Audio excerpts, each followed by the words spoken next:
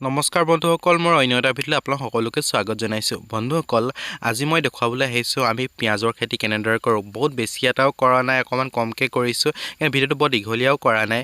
আপোনালোকক দেখুৱাই দিছোঁ যে আমি কেনেদৰে পিঁয়াজৰ খেতি কৰিবলৈ লৈছোঁ।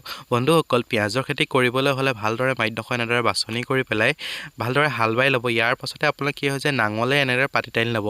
যিটো ভেটি বনাই দিলে, এতিয়া খৰাঙৰ ছিজন, ভেটিত পৰিলে খৰাং পৰিলে ওলাবলৈ টান পায়, কিন্তু নাঙলৰ পাতি এনেকৈ দিলে কি যে মাটিটো অকণমান জীপ থাকে যে সেইকাৰণে তাৰমানে পটককৈ ওলাই আহে। বন্ধুসকল, এনেদৰে আপোনালোকে নাঙলৰ পাতি মাৰি পেলাই ইউৰিয়া অলপ অলপ এনেকৈ ছটিয়াই দিব। যেতিয়া পুলিটো অকণমান গজি আহে, তাৰমানে অকণমান সাৰ পায় আহিলে তাৰমানে পটককৈ বাঢ়ি আহে।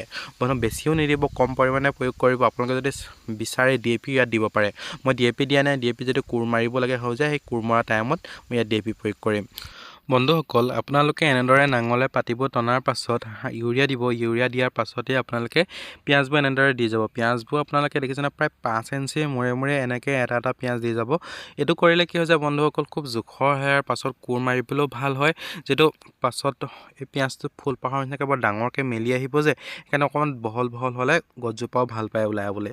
বন্ধুসকল, আপোনালোকে এই পিঁয়াজবোৰ দিয়াৰ পাছত মাটি অলপ অলপ দিব। যদি বেছি মাটি দিলেও তাৰমানে ওলাবলৈ টান পায়। ইয়াৰ পাছতে আপোনালোকে ইয়াত জাবৰ দিব লাগিব।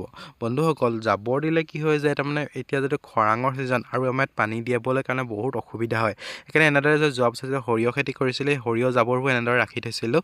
এতিয়া এই সৰিয়হ জাবৰবোৰ মাটি অলপ অলপ দি পেলাই ঢাকাৰ পাছতে ওপৰে দি যাম। যেতিয়া ছাঁ পৰি থাকিলে পটককৈ ওলাই আহিব। আপোনালোকে যদি এনেদৰে পিঁয়াজৰ খেতি কৰিব বিচাৰিছে তেতিয়াহ'লে কৰিব পাৰে।